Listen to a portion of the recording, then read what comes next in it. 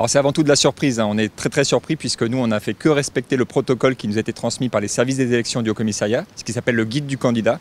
On l'a suivi de manière extrêmement scrupuleuse. Nos comptes sont en règle, on n'est pas inquiet sur ça et la justice peut bien les contrôler.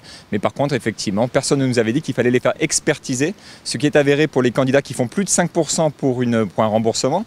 Mais par contre ça ne coulait pas de source du tout pour les candidats qui faisaient comme nous entre 1 et 5%. Et donc voilà, on a été retoqué pour cette petite question de forme. Je rassure toutes les personnes qui nous soutiennent, effectivement, je viens d'être touché à titre personnel et peut-être que je serai bloqué pour les élections municipales de 2014, bien qu'on va faire recours. Mais en tout cas, Convergence Pays, c'est une équipe. Il y a du monde dans toutes les communes, puisque nous espérions être dans quasiment toutes les communes de la province sud, par exemple, mais jusqu'à Koumak aussi. Donc ça ne change rien sur la dynamique de Convergence Pays. Et moi-même, je donne rendez-vous aux électeurs sur les provinciales de 2014, qui seront, il faut être honnête, l'enjeu le plus important. Comment ça s'est passé? Nous, citoyens, nous nous sommes adressés au service des élections au commissariat, puisque c'est là que ça se passe.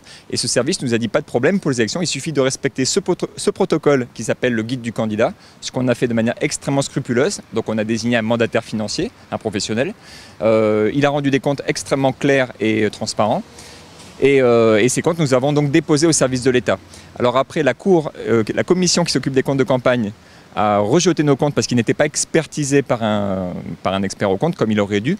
Mais plutôt que de nous demander à nous de le faire, ils ont directement prévenu le Conseil constitutionnel qui nous a déclaré inéligibles.